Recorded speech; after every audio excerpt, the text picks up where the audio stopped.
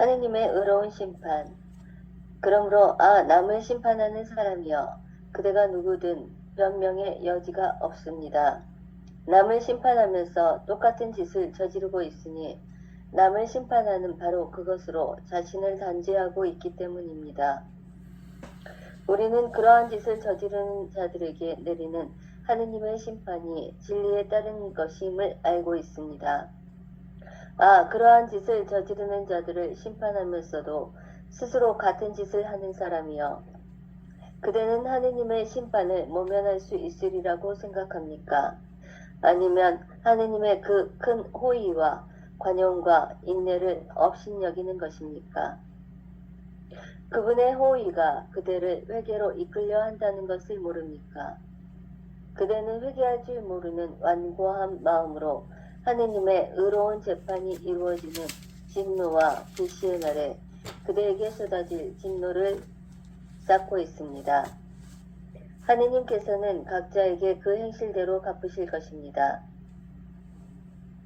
꾸준히 선행을 하면서 영광과 명예와 불멸을 추구하는 이들에게는 영원한 생명을 주십니다. 그러나 이기심에 사로잡혀 진리를 거스리고 불의를 따르는 자들에게는 진노와 격분이 쏟아집니다. 보통 이제 성경을 읽으면 그런 느낌이 들죠. 그냥 글자로 보일 때 하고, 그 성경이 나를 그대로 드러내는 거하고 이렇게 다르게 느껴질 때가 있어요. 그렇죠? 보통은 이제 글자로 읽죠, 대부분 다.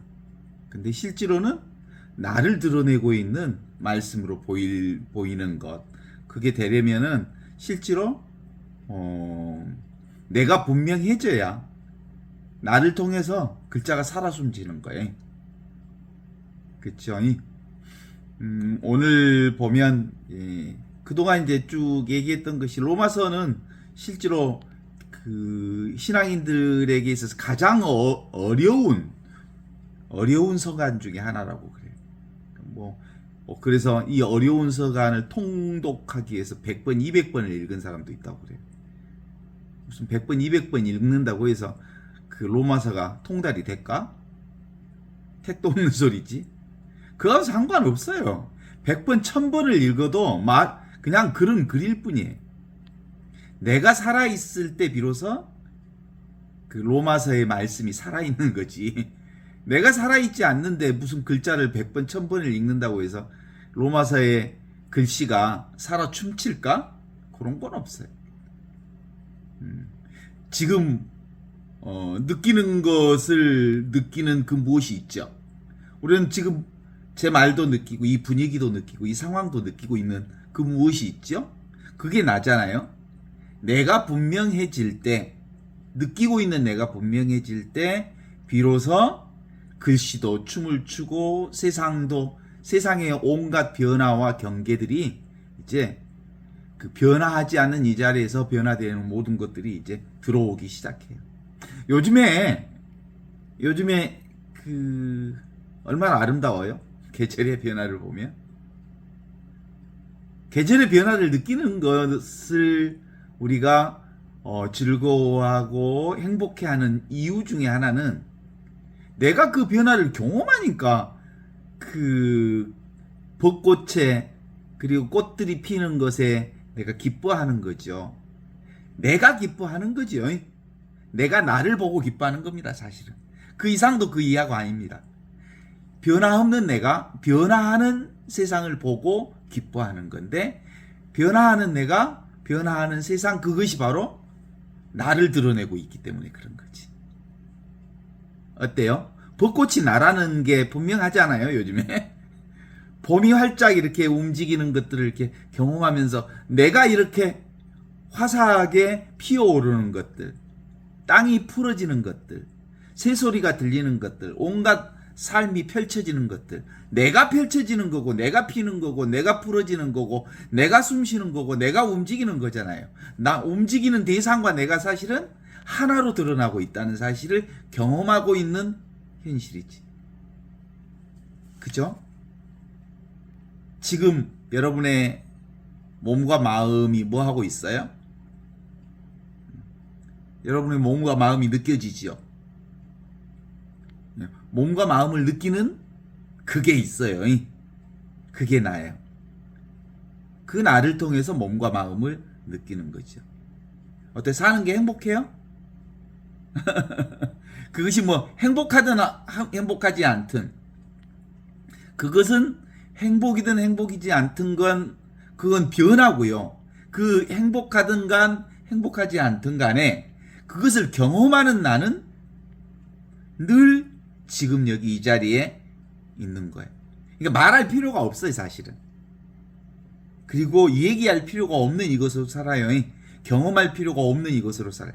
경험되지도 않아요, 또.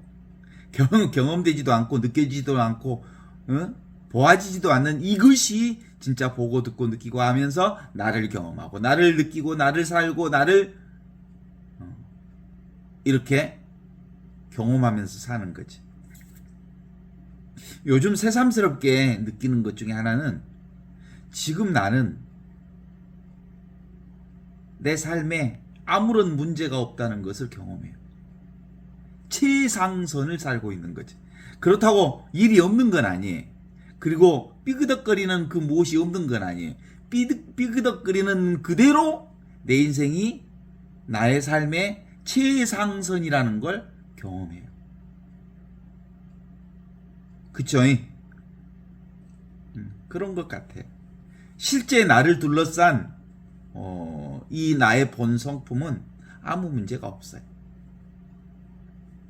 이 나를 통해서 온갖 경험들이 일어나지만 경험되어지는 것들이 나를 어떻게 할 수가 없어요. 그래서 이 아무 문제가 없다는 것은 우리 삶에 최악의 꿈을 꾼다 해도, 그리고 최상의 꿈을 꾼다 해도, 행복한 꿈을 꾼다 해도, 불행할 꿈을 꾼다 해도 그 꿈이 무슨 꿈이에요? 다 꿈이잖아요. 그 내용 자체는 행복이든 불행이든 또는 최상이든 최악이든 그런 어떤 경험들이 꿈속에서 경험되어지지만 그게 뭐라고요? 꿈이라니까요. 그죠? 꿈이죠. 실체가 없다는 뜻이지. 우리 인생에 경험하는 것들은 실체가 없기 때문에 그것에 크게 끄달리지 않는 경험들을 하기 때문에 어떤 경험을 하든 별로 마음의 동요가 그렇게 많지 않는다는 경험들을 하게 됐어요. 요즘에 그 세미나 하면서도 그런 느낌이 들었어요. 그런 경험들이 예전 같으면 이렇게 계산을 하잖아요. 세미나를 하면 얼마 정도 올 거고 어느 정도의 사람들이 올 거고 누구누구는 올 거고 누구누구는 오지 않을 거라라는 예측을 미리 해요. 사람들에게. 그런데 이 세미나를 준비하는 과정에도 누가 올 건지 말 건지에 대한 예측 자체를 안 했어요. 그러나 보낼 사람들에게는 초대를 다 했어요. 그리고 올 건지 안 올 건지를 예상하지 않았기 때문에 그것에 관련된 결과에 대해서도 크게 움직임이 없었다는 경험을 하게 되면서 아, 그렇구나. 이제 꽤 많은 것들을 생각하는 삶에서 그냥 사는 삶으로 내가 조금씩 바뀌어가고 있구나. 이런 생각들이, 이런 흐름들을 경험할 수 있게 됐어요. 실제로 로마서 2장 1절에서 이렇게 출발하잖아요. 남을 심판하는 사람이라 하더라도 자기는 죄가 없다고 말할 수가 없다. 남을 판단하면서 자기도 똑같은 짓을 하고 있으니 결국 남을 판단하는 것은 바로 자기 자신을 단죄하는 것이다. 죄에 대한 얘기를 하고 있거든요. 죄라고 하는 건 가장 큰 죄는 인생을 낭비하는 죄. 그래서 이 얘기를 시작하면서 요즘에 그 시에나의 카다리나 성녀께서 하신 말씀이 늘 마음에 들어요. 그래, 뭘 그렇게 없는 것 갖고 살려고 난리하니? 그냥 있는 것 갖고 살아. 있는 것이 뭐냐면 지금 내가 사용하는 이거예요. 내가 쓰고 있는 이것으로 살. 늘 있는 것, 항상 있는 것, 언제나 있는 것, 누구에게나 있는 것, 모두에게나 있는 것. 전체 생명. 이 의식으로 살아. 그러면 돼. 근데 왜 자꾸 없는 것 가지고 살려고 해? 없는 게 뭐냐면요. 지금 없는 것. 지나간 것이나 오지 않는 것 같고 생각으로 사는 걸 없는 것으로 산다고 하는 거거든요. 없는 것으로 사니까 되게 그 없는 것을 기대하잖아요. 없는 것에 대해서 내가 계획하잖아요.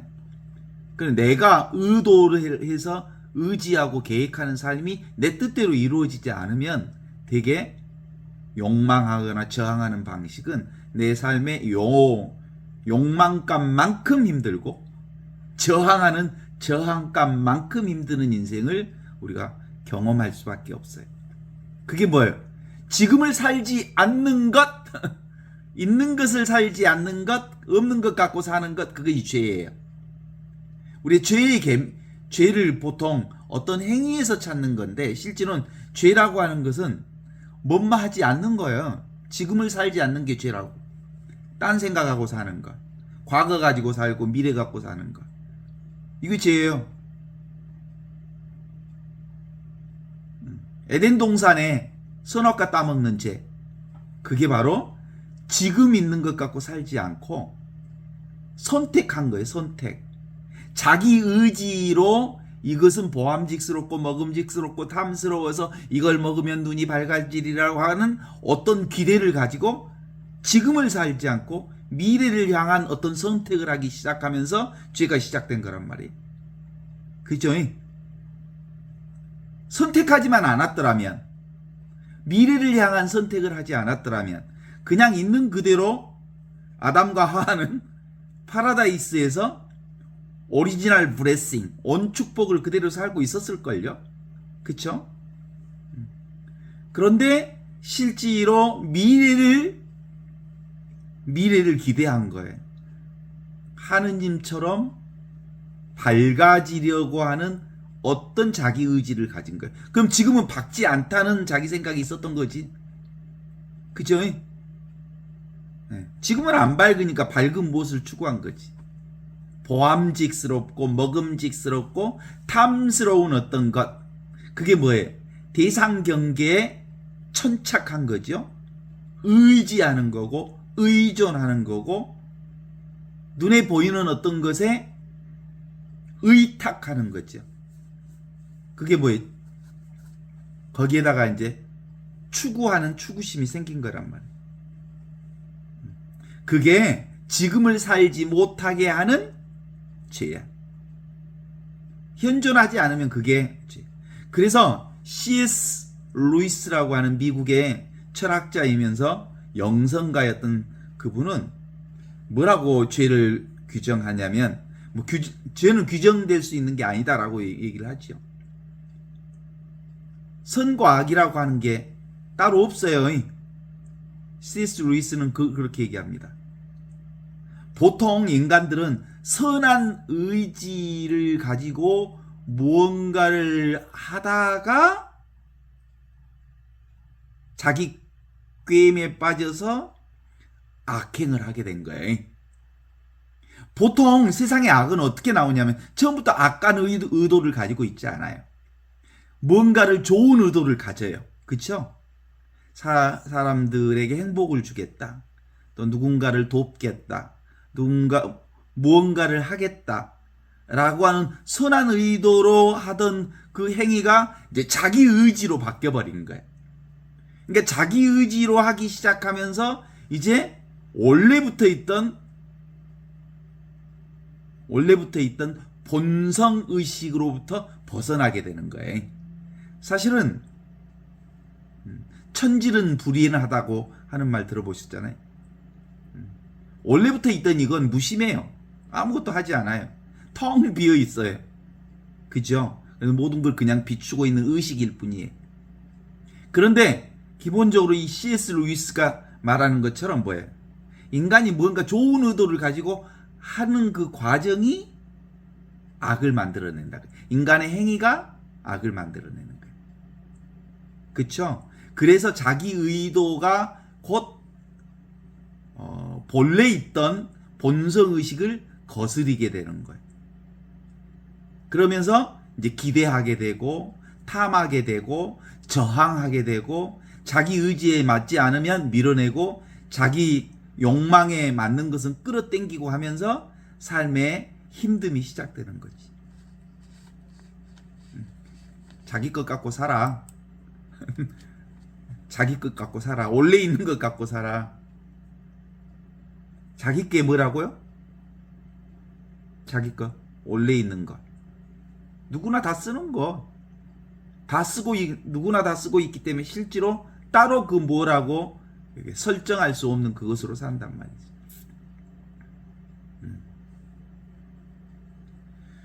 자, 그리고 그 얘기를 하는 게 사실은 이제 남을 판단하지 말라 뭐 이렇게 이 얘기를 하는 건 당대의 유대인들과 그 다음에 로마인들, 이방인과 유대인 사이에 뭐 엄청 차이가 많이 있었잖아요. 차별들이 많이 있었잖아요. 그런 거 너희들이 만든 거다. 무슨 그런 게 어디가 있냐. 네 생각이 만들어. 그냥 살아라. 그냥 just being. 그냥 존재하라. just feeling. 그냥 느껴라. 그쵸?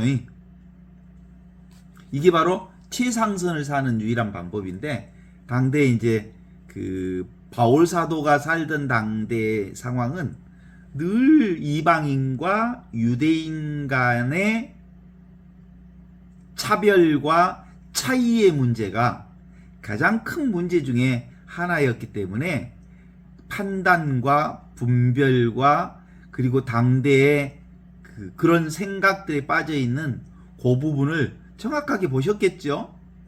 맨날 그게 문제였으니까. 뭐 때문에 문제? 지금도 그렇지 뭐. 서로. 자연과 인간 이렇게 보면 자연이 원래 인간도 자연이고 자연도 인간도 자연이고 자연도 인간하고 똑같은 자연이잖아요. 그런데 인간과 자연을 이렇게 나누면서 인간은 조금 무슨 가치? 상급 가치를 가지고 있고 자연은 인간이 도구로 사용해도 되는 하급적 가치로 가지고 있다고 보면서 우월한 가치를 가지고 있는 게 열등한 가치를 가진 그 어떤 것들을 조정할 수 있고 바꿀 수 있고 변화시킬 수 있다고 하는 이 지배 논리가 아주 자연스럽게 생긴 거예요. 그런 것 같아요. 차이에 중점을 두면 결국은 두 개가 생기고 그 차이와 차별을 통해서 끊임없이 지배 욕구가 아주 자연스럽게 발동하는 게 사실이에요. 흑인과 백인, 유색 인간과 백인들 관계 속에서도 어때요? 아주 자연스럽게 백인은 우월한 가치를 가지고 있고 유색인종은 열등한 가치를 가지고 있으니까 열등한 가치를 가지고 있는 자들이 우월한 가치를 가지고 있는 자들의 지배받는다는 건 너무 당연하지 않니? 이런 인간의 문화가 형성된 거죠. 어디에 집중했기 때문에 그래요? 대상 경계에 집중해서 어떤 차별과 차이에 포인트를 두면 이렇게 평등보다 차별 쪽에 집중하게 되는 거다. 우리 조선시대 남녀 문제도 그렇지 않습니까? 남자는 하늘, 여자는 땅 그랬다며. 어디 쪽에 관심을 두어서 그래? 대상 경계에 관심을 두면 차이와 차별이 보이게 될 거고 차이와 차별에만 집중하게 되면 결국은 그러한 우월한 가치 내지는 열등한 가치의 차이를 통한 지배 논리가 아주 자연스럽게 형성되면서 다툼과 지배, 전쟁과 결투, 싸움, 끊임없는 싸움과 다툼의 연속을 살아갈 수밖에 없지 않겠어요? 그래서 남을 판단하지 말라, 분별하지 말라, 판단하는 그 잣대대로 너희도 판단받게 될 것이다. 이런 얘기를 하는 거죠. 예, 그래서 기본적으로 지금을 지금 여기 이 순간을 안 살면 지금 여기 이 순간이 뭐예요? 평등 자리거든요. 여기는 차별이 없는 자리죠. 여기 하느님 자리거든요. 이게 영원한 자리고 궁극적인 자리고 여기가 순수의식의 자리고 여기가 바로 위치 없는 참 사람의 자리. 이 자리에는 차이가 없어요. 똑같아요. 여기에 집중하지 않으면 지금 이 순간에 집중하지 않으면 자꾸 차이와 차별만을 보기 때문에 차이와 차별의 그 흐름에 끄달려 버리고 만단 말이지. 그래서 맨날 보기만 하면 자동 반응이 나오죠. 사람 보면 판단하기 시작하죠. 어때? 자동 모드 아니에요? 왜? 평생 그렇게 살았으니까. 네.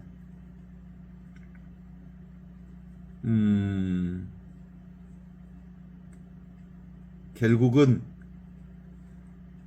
우리 실제로 밖으로 보이는 대상 경계는 뭐예요? 잠시 일어났다 사라지는 생멸 현상에 불과해요. 꿈이에요, 꿈. 눈에 보이는 대상 경계는 꿈이라고요. 제가 오늘 낮잠 자다가 아마 3시, 2시 반쯤 낮잠 자다가 누가 전화가 왔어요. 전화를 받으면서 그 순간에 전화 받았는데 그 순간에 왼쪽 다리 종아리에 쥐가 났어요. 지난 경험이 있죠. 오, 너무 아파요. 전화를 받았는데 너무 아파요. 그러면 오른쪽 종아리 쥐가 나면 전화하는 사람이 그 얘기를 하더라고. 그 오른쪽 발톱, 큰 발톱, 엄지발톱을 잡고 있으면 금방 풀어진대요. 그럼 거기를 잡고 좀 이렇게 버티고 있었더니 한 5분 간격 안에 일어났던 쥐가 사라졌어요. 자, 여기서 봐봐요. 쥐가 나는 행위가 있어요, 없어요? 있었죠? 있었는데 금방 한 4, 5분 그러다가 사라졌어요. 그걸 아는 것은 지금도 있고 그때도 그 쥐난 현상을 아는 놈이 있었어요. 그죠? 그 아는 놈은 지금도 있고 그때도 있고 어릴 때도 있었고 엄마 뱃속에서도 있었고 늘 있고 항상 있고 언제나 있는 그것으로 산다니까요. 그 항상성을 가지고 있는 나의 의식이 나의 본성이죠. 그런데 실제로 쥐가 났는데 지금 없어요. 실체가 없다는 뜻이잖아요. 실체가 없다는 거예요. 이 세상이 실체가 없다는 거예요. 경험되어지는 대상들은 실체가 없는 거예요. 꿈에 불과한 거예요. 그래서 제가 최악의 꿈이든 최선의 꿈이든 행복한 꿈이든 불행한 꿈이든 결국 그게 뭐예요? 꿈일 뿐이잖아요. 꿈일 뿐. 근데 그런 꿈일 뿐인데 어떤 것은 그 내용에 집착하면 최악의 꿈이기 때문에 너무 아파 이렇게 얘기하고 최상의 꿈이었기 때문에 너무 행복했어 하고 그 내용에 퐁당퐁당 빠지는 거지.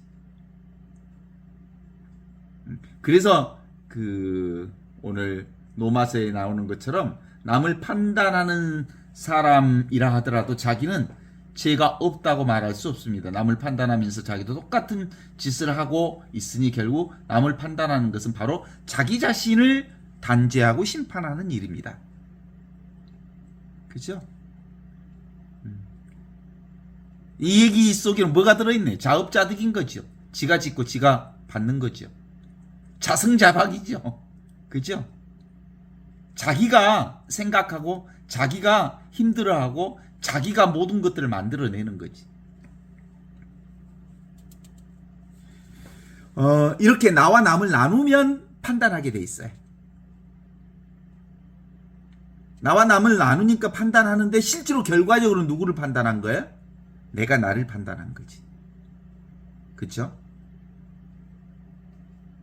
그러면 이제 나와 남을 나눈다 해도 대상 경계로 보이는 남이 뭐라고요? 꿈이고 그림자라고요. 그러면 어떤 것을 경험하든 간에 그건 잠시 일어났다 사라지는 실체가 없는 것인 줄 알면 경험하되 경험하는 그것을 붙들지 않을 수 있잖아요.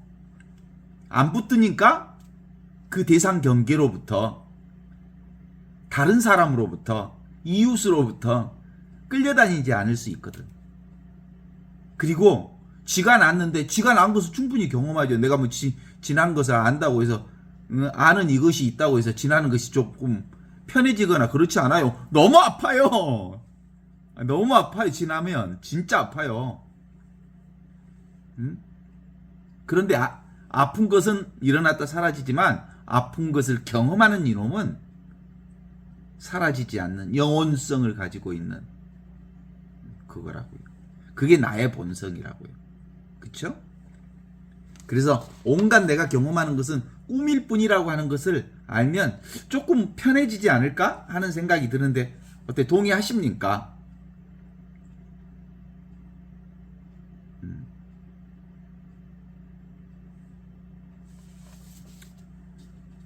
제가 이제 조금 인생에 감이 좀 잡히는 것 같아요. 인생은 아무 문제가 없어요. 삶은 문제가 아니다. 그쵸? 삶은 문제가 아니에요. 삶에 대한 나의 생각이 문제예요. 삶에 대한 나의 생각이. 삶에는 문제가 없어요. 그래서 지금 여기 이 순간 현존을 살면, 살아있는 하느님, 나의 현존을 살면, 나의 본성을 살면 지금 펼쳐지고 있는 이 꿈과 같은 현실이 꿈이거든요. 꿈의 현실에 벚꽃에 감사하고 감동하고. 그래서 삶은 문제가 아니다. 그저 감동하고 감격하고 감복하고 감사하는 삶. 이게 무슨 삶이라고 보냐면 감 잡는 삶이에요. 감이 와요? 감이 오냐고. 감이 오면 돼. 감이 오면 감사할 수 있어. 변화에 대한 감을 잡는 이건 영혼성이라는 거예요. 그게 바로 진짜 나라는 거죠. 그래서 시에나의 카타리나 성녀가 하는 거, 뭐 하려고 없는 것 갖고 그렇게 끄달리고 사냐. 지금 있는 것 갖고 살아야 그게 참된 행복이어야 하는 얘기가 아주 간단한 얘기죠. 그게 바로 예수님이 우리 이 세상에 오셔서 우리에게 선포해 주시고 싶었던 복음 말씀이에요. 주님의 성령이 나에게 내리셨다. 주께서 나에게 기름을 부으셔 이 가난한 사람들에게, 뭘 붙들고 사는 사람들에게, 지금 여기를 살지 못하는 사람들에게 자꾸 생각으로 자업자득하면서 자승자박하면서 자기를 꽁꽁 묶고 있는 사람들에게 그럴 필요 없다. 있는 그대로 인생은 문제가 아니다. 그러니 지금 여기 이 순간 있는 그대로에 감사하고 감동하고 감격하고 감복하고 감흥하면서 살면 그게 바로 최상의 복락이다. 지복의 삶이다. 이런 얘기를 해주고 싶어서 예수님이 이 세상에 오신 거잖아요. 그렇지 않습니까? 죄가 뭐라고요? 지금을 살지 않는 죄. 지금 이 순간을 즐기지 못하는 죄. 지금 여기 주어진 운명을 사랑하지 못한 죄. 그리고 모든 것이 무상한 꿈처럼 흘러가는 것인데 그걸 잡고 사는 죄. 그거요. 잡을 게 없는데 허상을 잡고 살면 힘들지. 남을 판단하는 것, 그게 죄입니다. 없는 남이라는 게 사실 없는데 자꾸 자기 중심으로 판단하면서 지금을 살지 못하는 것, 인생을 낭비한 죄. 지금을 살지 않는 모든 사람들을 다른 말로 표현한다면 인생을 낭비하고 산다는, 없는 것 갖고 사니까 낭비하고 사는 거지. 허상을 붙들고 사니까 낭비하고 사는 거지. 꿈이 진짜인 줄 알고 그 허상 같은 꿈을 붙들려고 애쓰고 노력하고 온갖 용을 쓰고 사는 게 인생을 낭비하는 거지. 인생을 낭비하지 않으려면 지금 여기 이 순간을 즐기면 돼. 즐기는 삶을 뭐라고? 까르페 디엠. 있는 그대로의 삶을 사랑하는 걸 뭐라고? 아모르 파티. 세상의 모든 삶은 무상한 꿈과 같은 거다. 그러니 다 지나간다라고 생각하고 보내드리는 삶. 이걸 뭐라고? 메멘토 모리. 그래. 그렇게 사는 거예요, 그냥. 그런데도 아직 너무 리얼하고 현실 같으니까 지금 이렇게 살고 있는 게 현실을 어떻게 꿈이라고 우리가 볼 수 있냐? 생각이지. 현실의 법칙과 꿈의 법칙은 아주 똑같아요. 찾고 구하고 탐하고 그것이 진짜라고 생각하니까 찾고 구하고 탐하고 그리고 저항하고 그러면서 사는 것인데 실제로는 그것 때문에 힘들어요. 2절로 들어가면 재밌는 얘기가 나오네요. 뭐라고 나오죠? 이런 짓을 일삼는 자들에게는, 생각으로 사는 자들에게는, 분별 망상으로 사는 자들에게는 하느님께서 마땅히 심판을 내리신다는 것을 우리는 알고 있습니다. 하느님이 심판을 내려? 하느님 심판 내린 적 없어. 그건 뭘까? 콩 심은 데 콩 나고 팥 심은 데 팥 나는 법칙이 세상 법칙이거든요. 인과 법칙이 적용되는 것이 세상 법칙인데 자기가 그렇다고 생각으로 규정하니까 규정한 대로 그렇게 경험하는 거예요. 세상은 나쁜 놈들이 천지더라 그러면 그렇게 세상을 나쁜 놈 천지라고 규정했기 때문에 자신은 세상을 살면서 맨날 나쁜 놈만 만나는 거지. 자기가 규정한 대로 경험하는 거야. 그렇죠? 자기가 뿌렸잖아요. 그런 세상 상을 만들어냈잖아요. 세상은 나쁘다라고 하는 상을 만들어냈기 때문에 그 상을 만들어서 상을 규정했기 때문에 상 그대로를 경험하는 거예요. 상 그대로를. 그런데 우리는 상으로 살지 않아. 뭘로 살아? 자기 본성으로 살아. 자기 본성으로 산다는 것, 늘 있는 것, 항상 있는 것, 언제나 있는 것, 지금 여기 이 순간 현존으로 산단 말이죠. 그러면 지금 여기 이 순간에는 아픈 일도 있고 즐거운 일도 있고 슬픈 일도 있고 기쁜 일도 있고 온갖 것들을 경험해. 거기 규정되어 있지 않기 때문에 규정되지 않는 채 순간순간 나에게 오는 수많은 손님들을 맞이하면서 사는 거죠. 우리 매 순간마다 살 때 참 많은 손님들이 찾아오시잖아요. 그죠? 오늘 하루도 참 인간의 손님 말고 인간의 손님만이 손님이 아니고 온갖 것들이 다 손님이야. 그쵸? 손님 아닌 게 없잖아요. 우리가 세상 경계를 보는 것들이 다 손님이지요. 꽃들도 손님이고 슬픔도 손님이고 우울도 손님이고 그리고 내 안에 떠오르는 온갖 생각들이 다 손님들이거든요.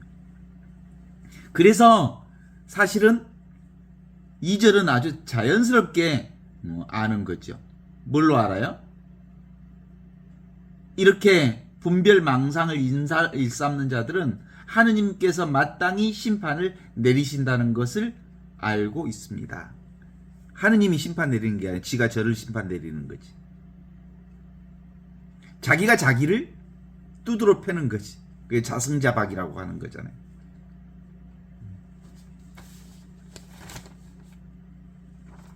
그래서 나를 판단하면 이 인과법칙에 빠지면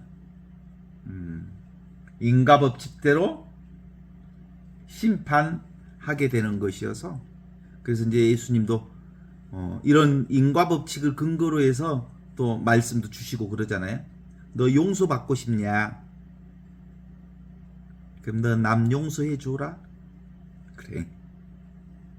네가 사람들을 용서해 주면 사람들도 너를 용서하고 세상도 너를 용서할 거야.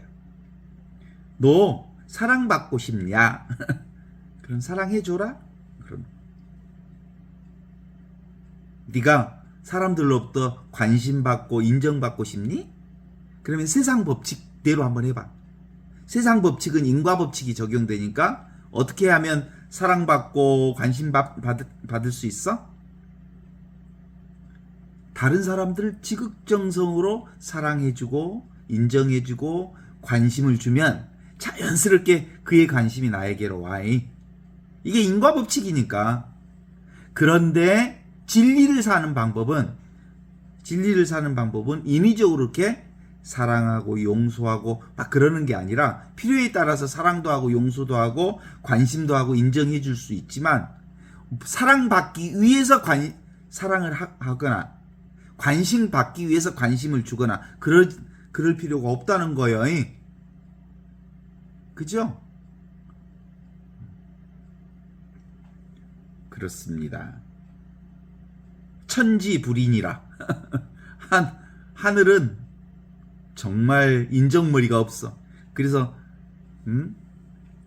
그 옛날에 불렀던 노래처럼 우리들에게 응답하소서. 귀먹은 하느님 우리 기도 이렇게 노래를 할 수밖에 없었던 것은 도무지 하느님은 보지도 않고 듣지도 않고 느끼지도 않는 것 같아. 나를 외면하는 것 같아. 다 네 생각이다.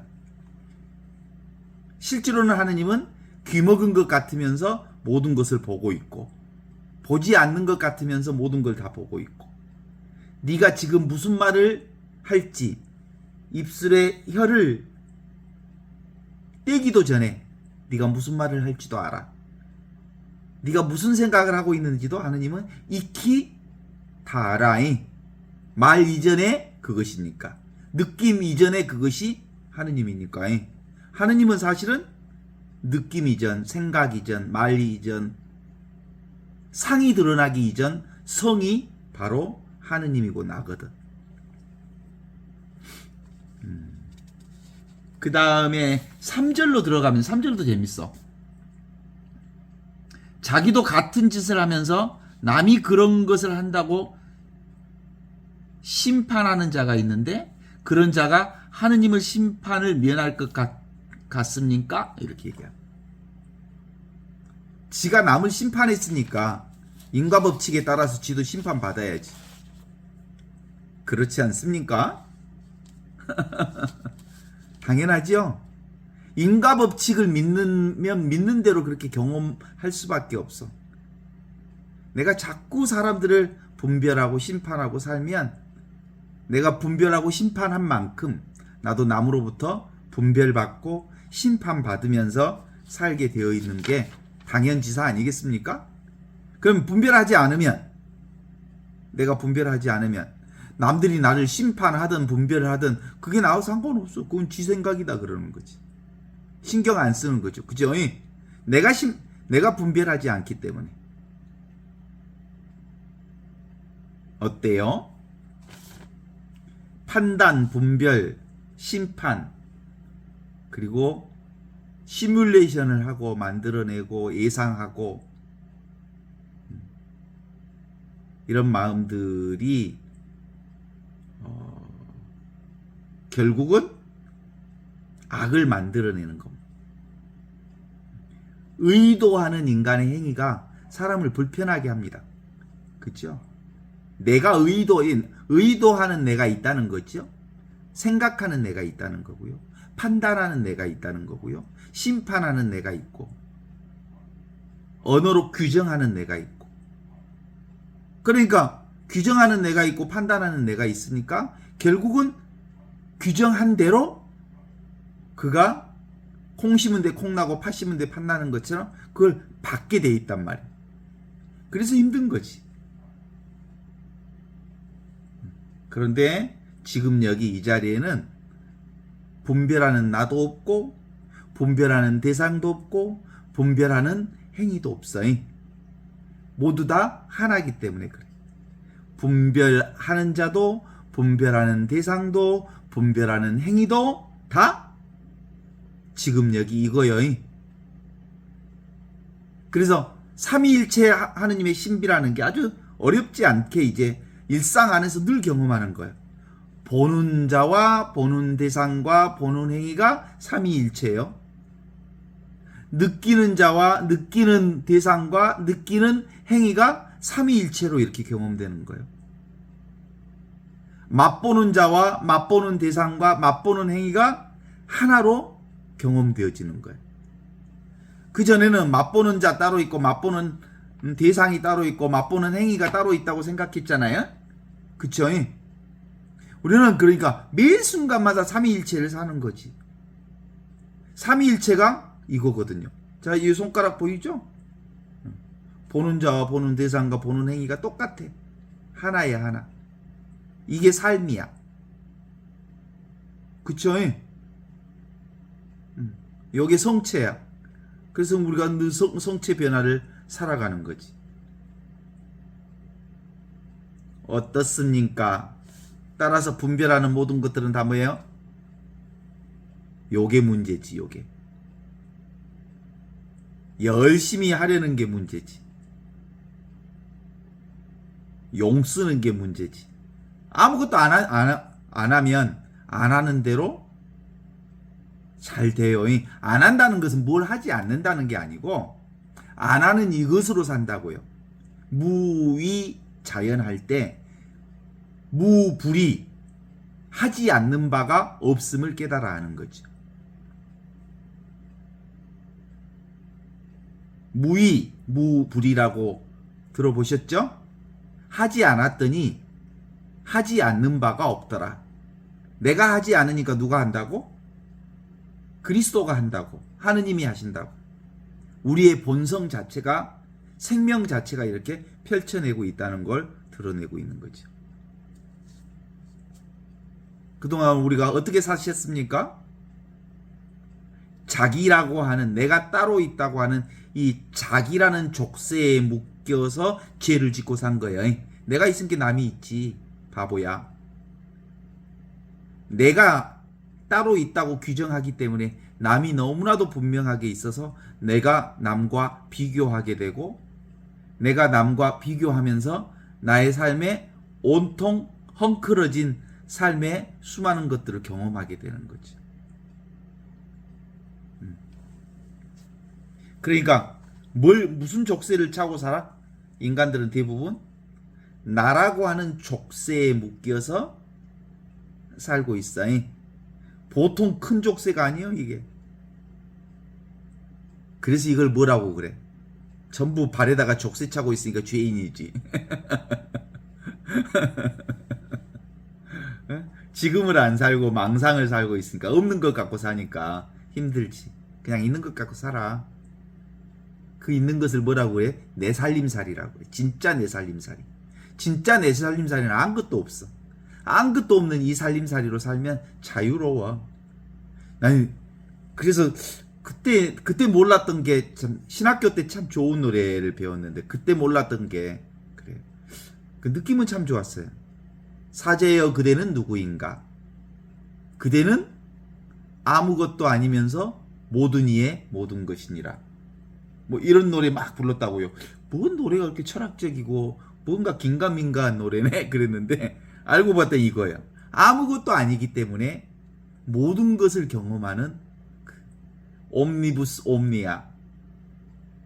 모든 이의 모든 것이 될 수 있는 사제. 근데 모든 것에 모든 것이 되려면 자기가 무가 되어야 모든 것이 모든 게 되잖아요.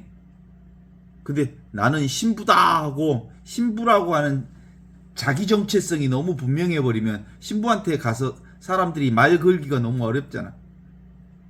그쵸? 실제로 진짜 신부라면 어떻게 포맷을 가지고 있어야 되겠어? 신부티가 절대로 안 나야 진짜 신부지. 그러지 않을까? 그래서 사람들이 부담 없이 일반인들처럼 대할 수 있을 때 그가 진짜 사제의 역할을 하는 거 아닐까? 그것도 생각인가?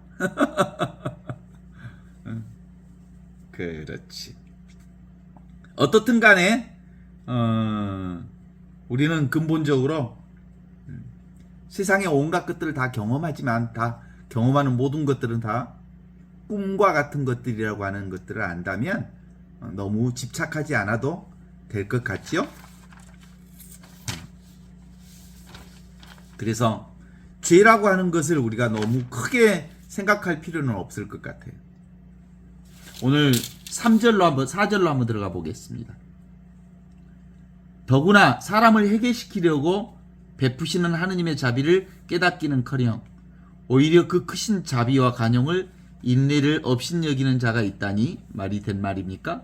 그러고도 여기까지네. 뭐라고 얘기하신가?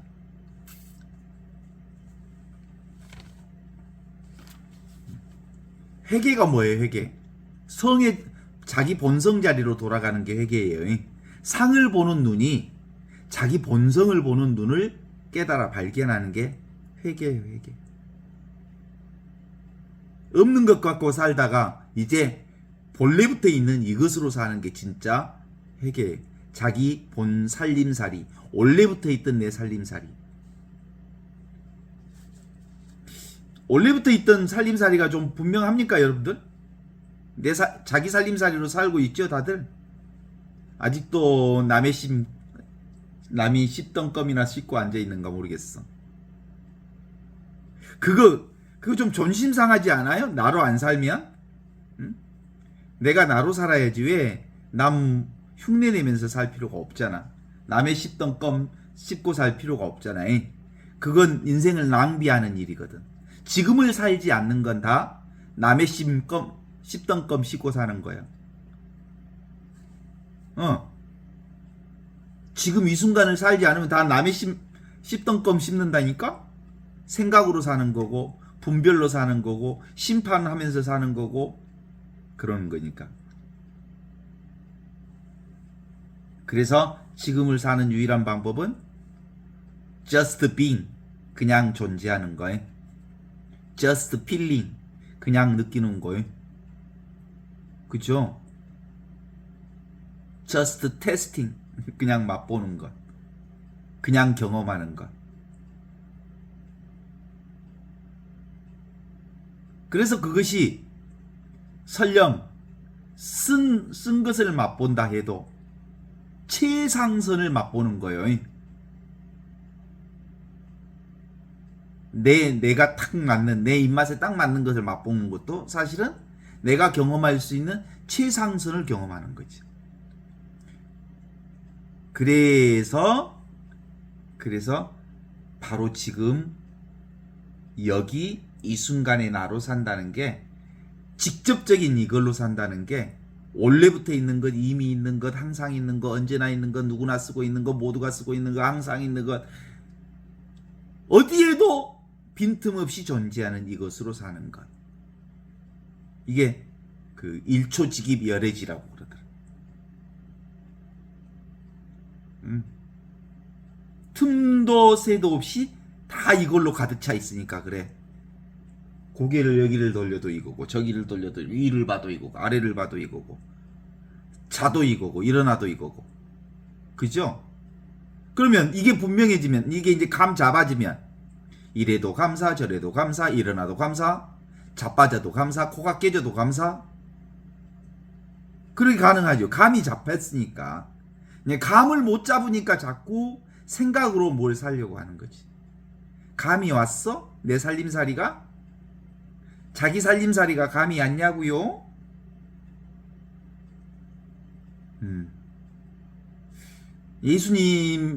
그러니까 예수님의 이 복음 말씀을 잘 자기만의 방식으로 알아듣는 사람들은, 아, 예수님의 복음이 이걸 얘기하는구나 이제 알아. 시에나의 카다리나 성녀처럼 아주 자연스럽게, 아, 있는 것 갖고 살라는 말이구나. 없는 것 갖고 살지 말고 지금 사용하는 것, 이게 전부라는 말이구나 이제 알아. 그러니까 낮잠 자다가 다리에 쥐가 나도 겁나지 않아. 금방 왔다가 사라질 거니까. 오며 미치겠네 하다가도 딱 한 5분 있으니까 지나가더라니까. 이거. 사람을 회개시키려고 베푸시는 하느님의 자비, 그게 예수 복음이잖아요. 지금 여기 이 순간 살아있는 나로 살아라. 내 살림살이로 살아라. 이게 회개의 말씀이잖아요. 그렇죠? 제가 이제 서품 받을 때 성구를 쓰잖아요. 제 성구가 뭐냐면 회개하고 복음을 믿어라. 이게 저의 사제서품 성구예요. 그래갖고 이렇게 뭐 만들어갖고 수천 장 사람들에게 나눠주고 그랬는데 그 뭔 말인지도 모르고 그거 만들어갖고 줬네. 사실은 그렇게 살았네. 이제 알고 보니까 사제생활 그리고 신앙생활 꽤 오랫동안 해놓고 보니까 회개하고 복음을 믿으라는 말이 너 있는 것 갖고 살아라. 지금 숨 쉬는 것, 지금 보는 것, 지금 느끼는 것, 지금 갖고 있는 것, 지금 경험하는 것, 지금 보는 것, 그거 갖고 살아. 왜 없는 것 갖고 살라고 그렇게 온갖 생각과 망상에 끄달리고 사느냐. 이게 단 한마디, 이게 예수 복음이었거든요. 그게 회개하고 복음을 믿으라는 말씀이거든요. 여기에 바로 뭐가 있어요? 하느님이 계시니까 지금 여기에 궁극적 실제가 있고 여기에 그리스도가 계시고 그리스도와 내가 둘이 아닌 하나로 여기서 지금 이렇게 살고 있는 거거든요. 그래서 오히려 이것을 지금 여기 이 순간을 받아들이기는커녕 오히려 그 크신 하느님의 자비와 관용과 인내를 업신 여기는 자가 있다니 말이 되는 거냐? 왜 있는 것 갖고 안 산다는 게 그 말이 되는 거냐? 왜 니기들은 없는 것 갖고 사냐? 이런 얘기거든요. 그러니까 실제로 요게 분명해지면 로마서 복음 말씀이 아무리 꼬고 꼬아서 말을 해도 다 이거요. 어렵지가 않아. 그렇지 않습니까? 왜 그렇게 있는 것을 무시하면서 산다는 게 말이 되냐? 왜 자꾸 없는 것 갖고 살면서 늘 있는 이 하느님의 사랑을 무시하고 산다는 게 말이 되냐? 늘 경험하고 있는 이걸 무시하고 산다는 게 말이 되냔 말이야? 이렇게 얘기하는 거예요. 그런데 이 로마서 말씀을 글자대로 읽으면 이게 뭔 뜻이 담겨져 있을까? 여기 이게 또 무슨 뜻을 얘기하는 걸까? 이렇게 보게 된단 말이에요. 요게 턱 깨달아 버리면 뭐요? 아무것도 아니구만. 그냥 있는 것 갖고 살라는 말이구만. 너 왜 있는 것 갖고 안 살고 없는 것 갖고 살라고 그 요동을 치고 난리냐? 이런 얘기로 들리잖아요. 여러분 잘 들리죠? 로마서가 너무 잘 들리죠?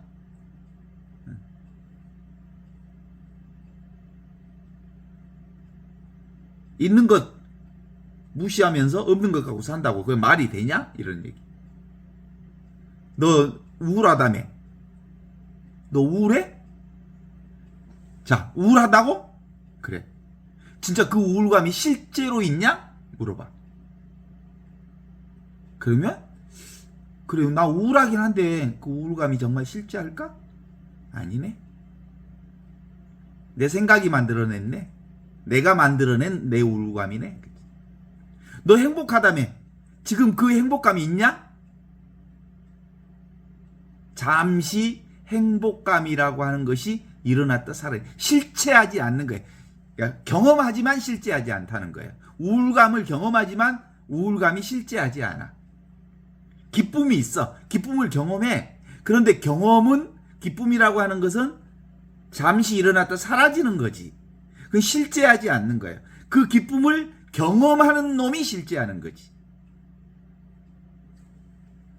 그래서 온갖 것은 다 꿈이요. 그리고 그 꿈을 경험하는 내가 분명하다는 걸 깨달아 알면 이제 이것 갖고 살아. 있는 것 갖고. 실제하지 않는 없는 것 갖고 살지 말고 무슨 행복감을 찾니라고 한 다음에 저기 이렇게 토끼뿔이 있는데 가면 크로바가 무슨 뜻? 행운.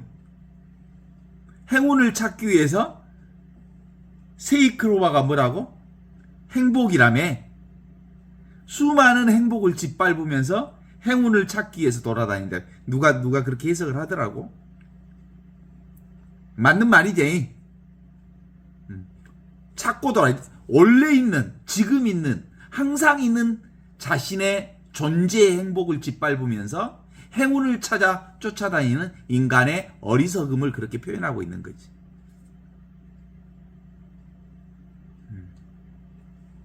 그 5절로 들어가면 그렇게 얘기합니다. 그러고도 마음이 완고해서 회개할 생각도 하지 않으니 이런 자는 하느님의 공정한 심판이 내릴 진노의 날에 자기가 받을 벌을 쌓아 올리고 있는 것이다. 자업자득 한다 이 말이에요. 자승자박 한다는 거예요. 누구도 그를 괴롭히지 않아. 누가 괴롭혀? 지가 괴롭히는 거지. 응. 누구도 그를 행복하게 해줄 수 없어. 누가 행복하게 할 수 있어? 내가 행복하게 할 수 있어.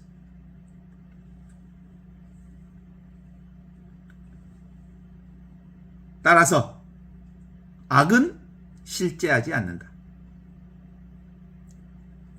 그리고 아우구스티누스 성인도 그렇게 얘기하잖아요. 악은 사실 없다. 선의 결핍이다. 그 선이 뭐냐면 지금 여기 이 순간이 바로 선이에요. 하느님의 선이 이루어지는 자리는 지금 여기 이 순간 현존의 자리예요. 그러니까 지금 여기 이 순간 현존을 살지 않기에 선의 결핍인 뭐예요? 망상, 허상, 분별, 그림자를 쫓고 다니는 인생살이에 인생을 낭비하고 마는 거죠. 이게 악이죠. 인생을 낭비한 죄. 너는 그 벌을 받으리라. 네가 너를 정죄하지 누가 너를 정죄하겠느냐. 그래서 기본적으로는 생각으로 산다는 거 뭘 이렇게 잡는다는 건데 무언가를 어떤 것을 붙잡는 행위가 바로 생각과 분별의 문제잖아요. 어떤 것을 생각하고 어떤 것을 분별하고 어떤 것을 심판하고 어떤 것을 좋아하고 그런 것은 어떤 것에 포커싱 되는 거잖아요. 포커싱 되면 나머지 것은 아웃 포커싱 되는 거지. 그것만 보이고 나머지는 흐릿하게 처리되고 말지. 그러니까 생각에 빠져 있는 사람들은 대부분 나머지 것은 안 들려. 자기 생각에 빠진 사람들은. 어떤 느낌만을 좋아하는 사람은 다른 느낌은 안 들어와. 우리가 보통 산책할 때 경험하잖아요. 산책할 때 아무 생각 없이 이렇게 산책하면요. 새소리도 들리고 바람소리도 들리고 바람이 스치는 피부에 그 상쾌함도 느끼고요. 그리고 작은 움직임도 작은 변화들도 작은 어떤 것들도 다 그냥 들려오고 보여지고 느껴지고 그러거든요. 그런데 생각에 빠지면 아무것도 안 보이고 아무것도 안 느껴지고 아무 소리도 안 들리고 그냥 걸어가고 있을 뿐이에요. 그런 경험하셨죠? 그게 바로 생각에 빠진다는 것은 마음의 공간이 좁아진다는 뜻이에요. 마음에 사로잡히면 내가 그 마음을 그 생각에 사로잡히면 그 생각으로부터 내가 부자유스럽게 되고 묶여지는 거죠.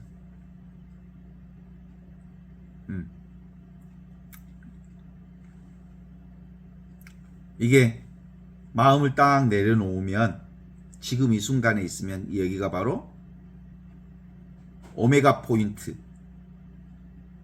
오메가 포인트가 바로 이 자리에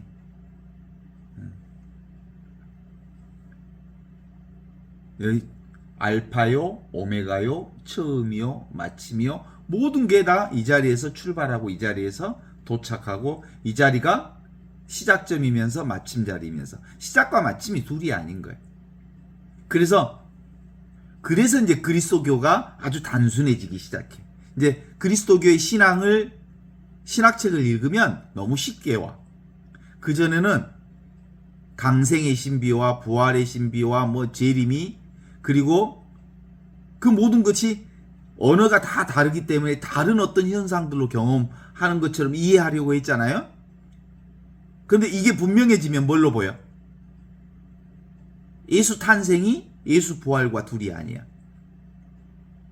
그쵸? 예수의 십자가의 죽음이 예수의 부활과 둘이 아니야. 모든 건 다 지금 이 자리에서 십자가의 고통과 그리고 부활과 그리고 생멸 현상을 다 여기서 경험하는 거니까.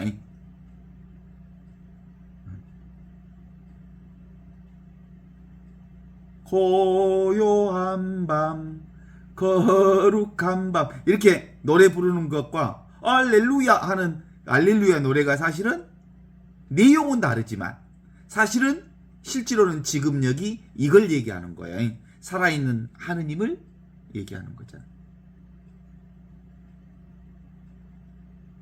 성탄절과 부활절이 다르지만 연중 시절이 다르지만 사순절이 다르지만 똑같은 지금 여기를 살고 있지 않습니까? 분별하니까 사순기가 있고 연중기가 있고 부활 시기가 있고 성탄 시기가 따로 있지만 똑같이 지금 여기를 살고 있는 거 아니에요? 그래서 이제 단순해지는 거야. 삶이 사고가 단순해지는 거야. 그러니까 사람들은 어제도 그 얘기를 누구한테 했네. 가톨릭 교회 신앙을 사는 사람들은 그렇게 많지 않고 보니까 가톨릭 교회 신앙을 살기보다 가톨릭 교회 문화를 사는 문화체험 성당이 가톨릭 문화체험장 진리를 체험하는 장이 아니라 가톨릭의 문화체험장 미사를 경험하고 수녀님들과 신부님들의 삶을 경험하고 그리고 신앙생활의 여러 가지 문화적 현상을 체험하고 경험하는 체험장. 그럼으로써 진리하고는 점점점 멀어지게 되는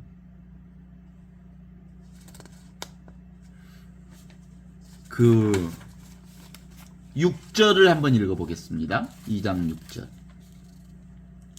하느님께서는 각 사람에게 행실대로 갚아주실 것입니다. 또 너무 분명하네. 콩 심은 데 콩 나고 팥 심은 데 팥 나는 거지. 그쵸? 세상 법칙은 그런 거예요.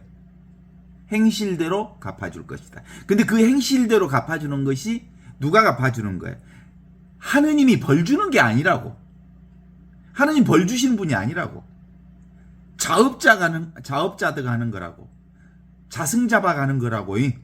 자기가 그렇게 규정했기 때문에 규정한 대로 규정한 바를 경험하게 되는 거라고.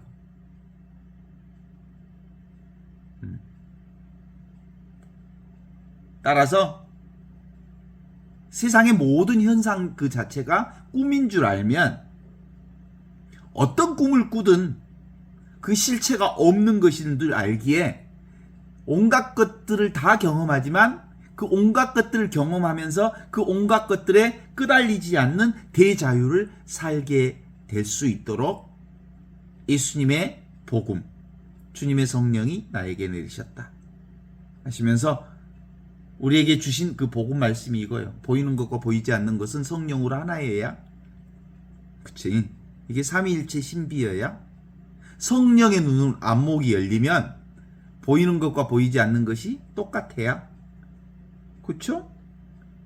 뭔가 세상에 펼쳐지는 세상의 모든 것들은 보이지 않는 하느님의 본성, 지금 여기 이 순간의 본성의식을 통해서 변성의식의 변화 과정이 펼쳐지고 있는 거야.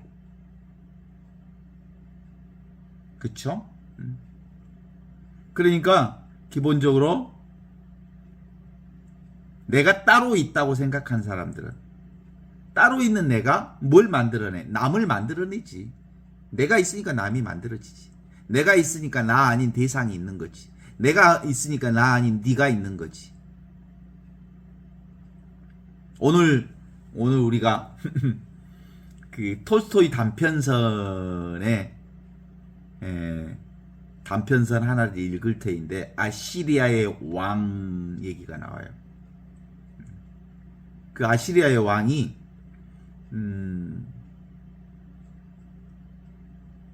나라를 점령해서 어떤 왕을 처형하는 상황이 됐어요. 그랬더니 어떤 노인이 짠 하고 나타나서 그가 바로 너고 네가 바로 그다, 그 얘기를 해. 그러니까 아이고 나는 나고 그는 그지 왜 그가 나고 내가 그란 말입니까? 라고 하는 과정을 얘기하면서 실제로 너와 나는 둘이 아니라고 하는 비이온성의 진리, 원래 한 생명으로 살고 있다는 걸 깨달아 알게 해주는 톨스토이 단편선 아시리아의 왕에 대한 얘기가 있어요.